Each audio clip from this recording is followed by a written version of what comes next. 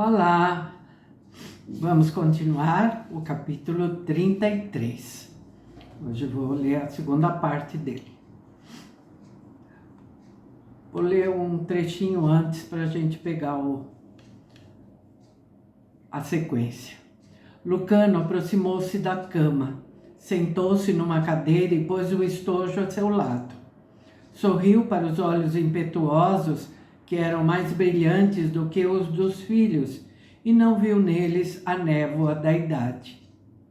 Sou seu médico, disse calmamente. Seus filhos chamaram-me. Outro, berrou o velho, lançando uma torrente de obscenidades. Eles nunca deixarão de gastar o meu dinheiro? Vai embora, patife! Lucano cruzou as mãos sobre os joelhos, placidamente. Se o velho estava enfermo, tal coisa não era evidente. Nem se podia acreditar que estivesse mentalmente doente, pois não havia incerteza nele, nem violência sem alvo, nem guinchos em sua voz. Tinha um temperamento violento, mas sabia controlar sua língua, força animal nas linhas de seu nariz bulboso e de sua boca, e um temperamento profundamente desconfiado que traía o camponês analfabeto. Deves preocupar-te com a ansiedade em que estão teus filhos, disse Lucano. Por isso é que estou aqui. Se não puder ajudar-te, então nada terás a pagar-me. As sobrancelhas brancas, tão ferozes e carrancudas, apertaram-se sobre os olhos de Flegon. Ah! Exclamou ele, atirando-se para trás, para os travesseiros bordados. Estendeu a mão para uma maçã, mordeu-a com os dentes mais brancos e mais compridos que Lucano jamais vira. Mastigou selvagemente, depois atirou a maçã para longe. O cão rosnou para Lucano e começou a andar em volta dele, como um lobo que esperasse o momento de atacar. Meus filhos, gritou Flegon, a voz exaltada, cheia de cólera e nojo. Esperam que eu morra para agarrar meu dinheiro. Deixa-me dizer-te, médico branco mentiroso. E sacudiu um dedo grande e moreno diante do rosto imóvel de Lucano. Que de mim nada receberás. O cão estava começando a deixar Lucano nervoso, de forma que o médico franziu o senho e murmurou uma palavra. O animal ficou imóvel como pedra. Lucano tornou a murmurar, e o cão tombou subitamente sobre o ventre. Descansou a cabeça maciça entre as patas e fechou os olhos. Vendo aquilo, Flegon disse: um mágico, um homem que faz encantações, vieste envenenar-me. Não sou mágico, disse Lucano. Isto é algo que me foi ensinado pelo primeiro professor, também médico. Pensei perceber um alarme autêntico em teus filhos. Entretanto, tu falas que eles esperam pela tua morte e quase os acusaste de me pedirem que te envenenasse. O velho recostava-se em seus travesseiros, arquejante, os olhos fixos no chão. Estava assustado. Tira-o dessa feitiçaria, pediu, e eu poderei conversar contigo. Certamente, disse Lucano, mas ele me perturba andando em volta de mim e rosnando.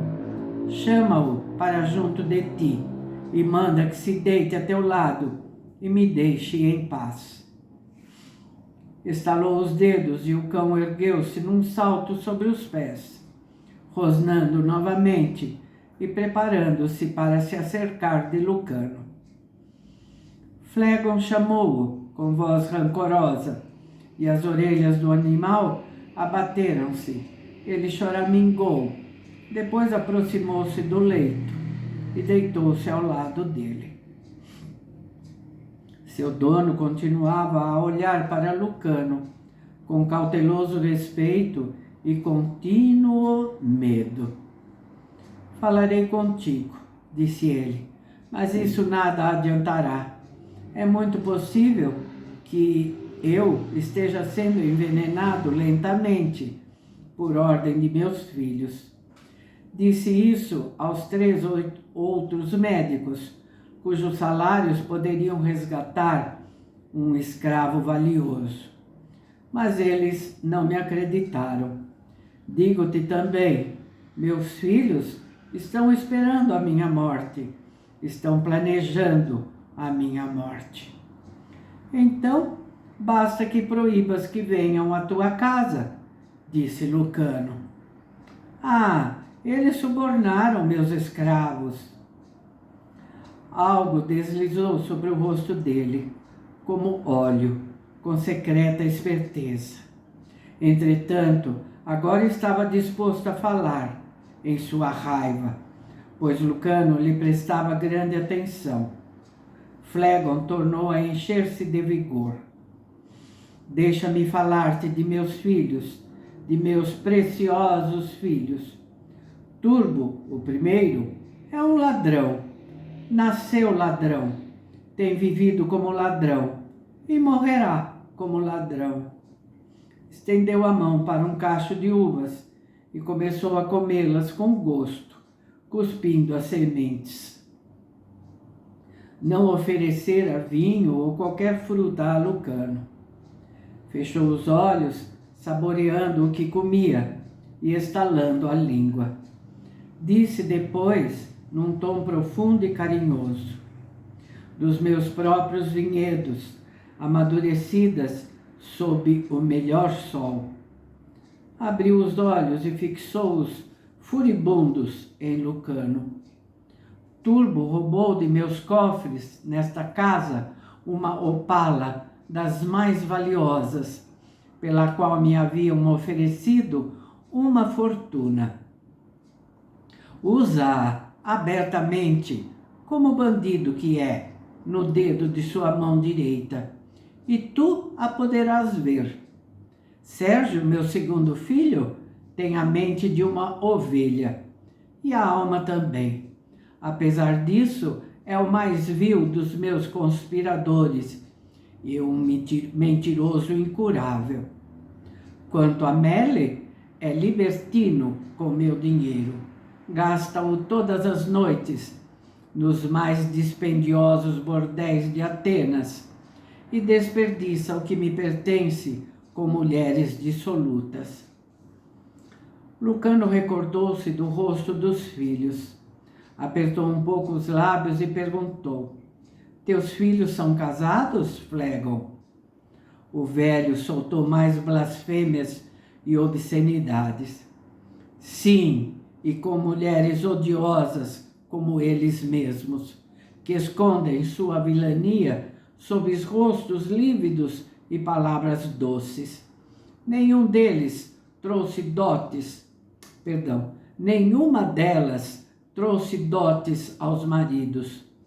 Proibi que viessem à minha casa, bem como seus rebentos.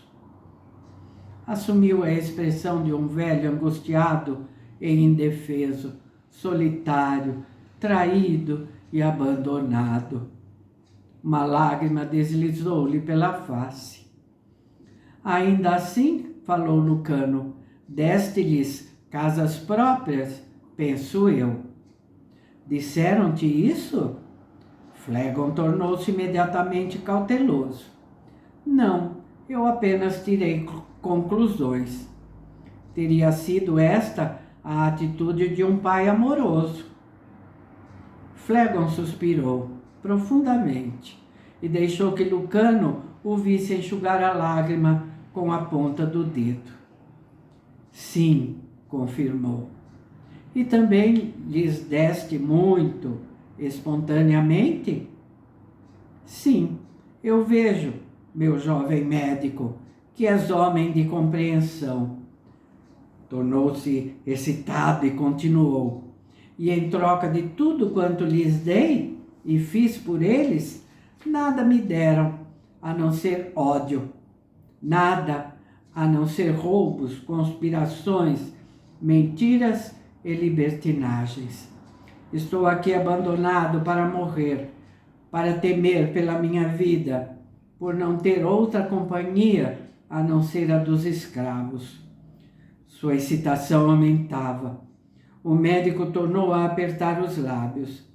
Havia naquela excitação uma deliberação bem calculada.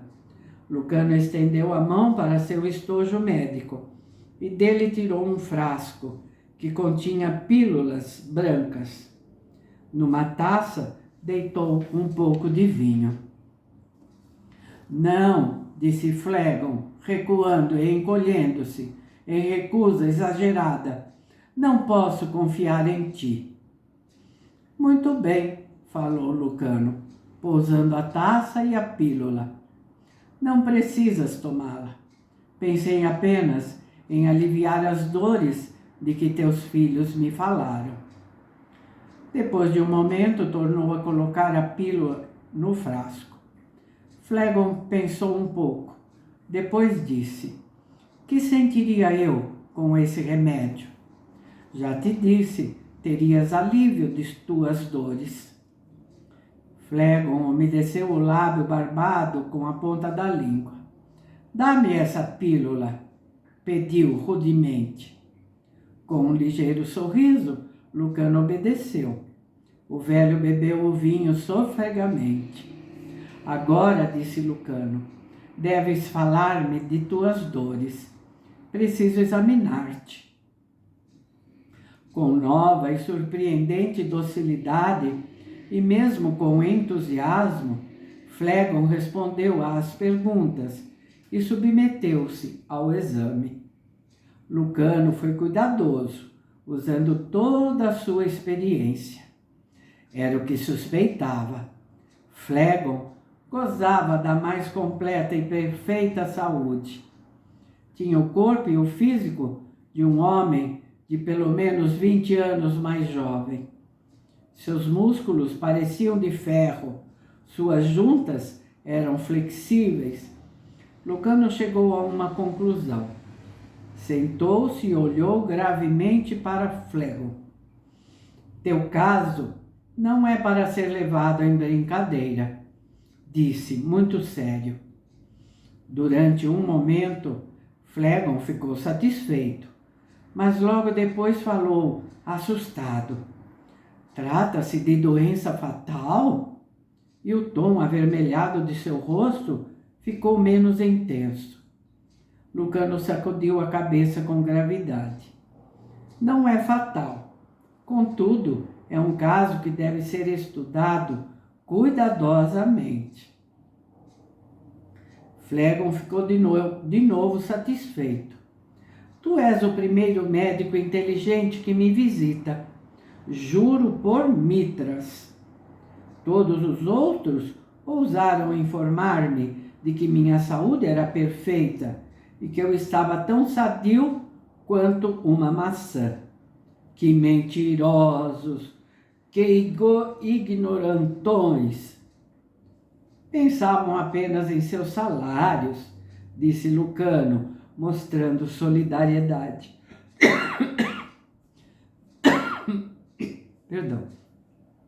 Isso, colocou a mão no peito e revirou os olhos. A dor já está deixando meu coração. Ele se está aquietando e já não salta. Não posso dormir durante a noite, porque minha garganta e as minhas têmporas latejam. Lucano não duvidou de que o velho realmente sofresse daquilo. Seu pulso mostrava-se forte demais, rápido demais, a pressão muito alta, apesar dos sons cardíacos normais. O médico levantou-se. Desejo conversar com teus filhos, falou. Flegon olhou para ele astutamente. E que lhes dirá? Que tua doença merece toda a consideração e deve ser cuidada imediatamente. Flegon remexeu-se, instalou-se melhor nas almofadas. Deixa então que seus corações se aflijam. Deixa que passem noites sem dormir, sabendo o que fizeram em sua avidez e ódio.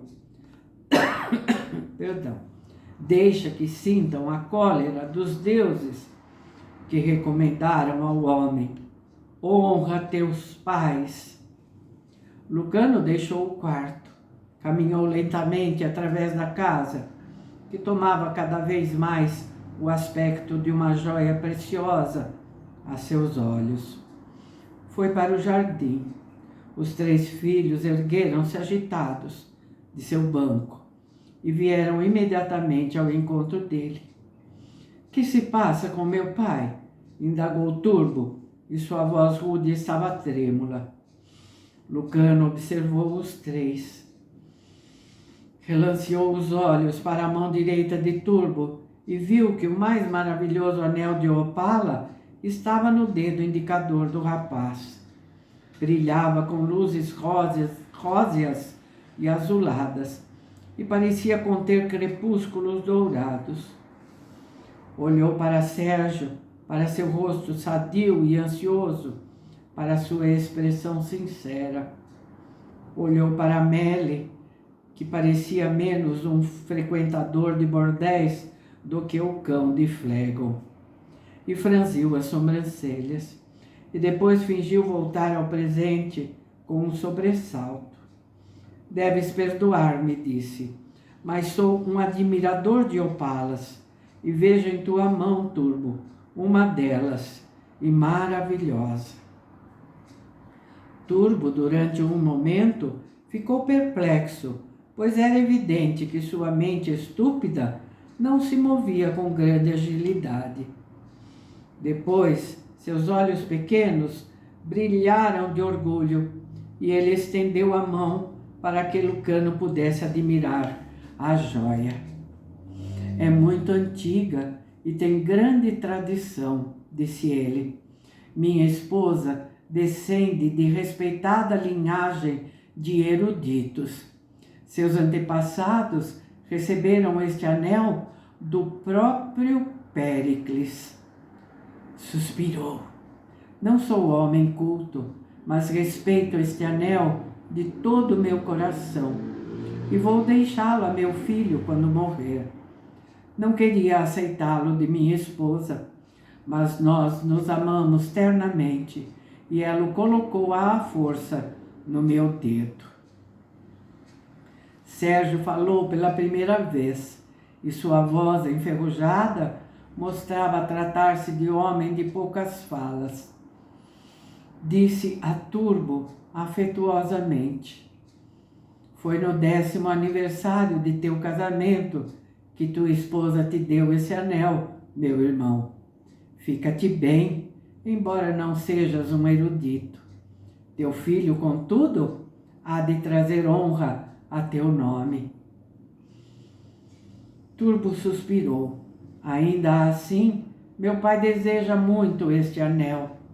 Muitas vezes fico pensando se não sou um filho desobediente por não o dar a ele de presente. É teu e de teu filho, disse Melle, também falando pela primeira vez. Tua esposa ficaria magoada se desses o anel a teu pai. É preciso ter consideração para com as mulheres. Lucano sentou-se no banco, mergulhado em seus pensamentos. Turbo corou profundamente de súbito e bateu as mãos. Deves perdoar-me, Lucano, disse ele. Eu deveria ter mandado vir vinho para ti, mas estava pensando apenas em meu pai. Um escravo apareceu e ele ordenou-lhe que trouxesse vinho. Meu pai vai ficar zangado, disse Meli. Tu mandaste vir o melhor vinho. Turbo falou, e agora havia nele uma dignidade nova.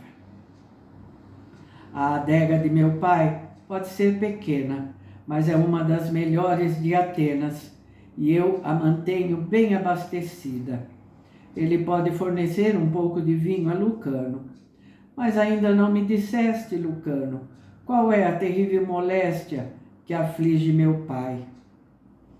O médico falou.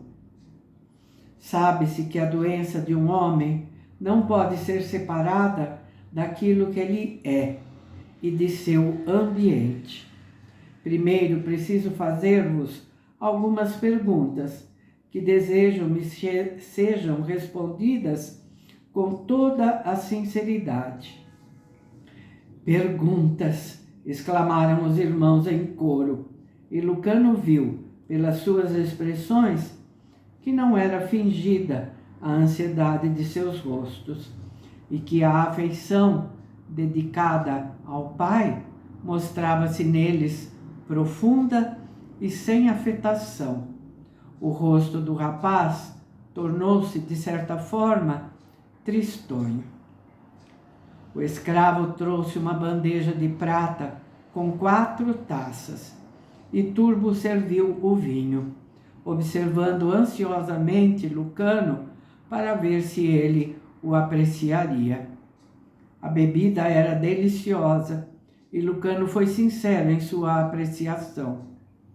Os 3 irmãos rodearam-no e beberam com o que aparentemente esperavam fosse o mais aristocrático dos gestos de apreciação e com comedimento. Vosso pai, disse Lucano. Vou ficar por aqui, tá bom? No próximo vídeo a gente fica sabendo quais foram essas tais perguntas e como é que a coisa vai se desenrolar, não é? Tá bem? Então é isso por hoje. Espero vocês aqui comigo no próximo vídeo. Tchauzinho. Muito obrigada.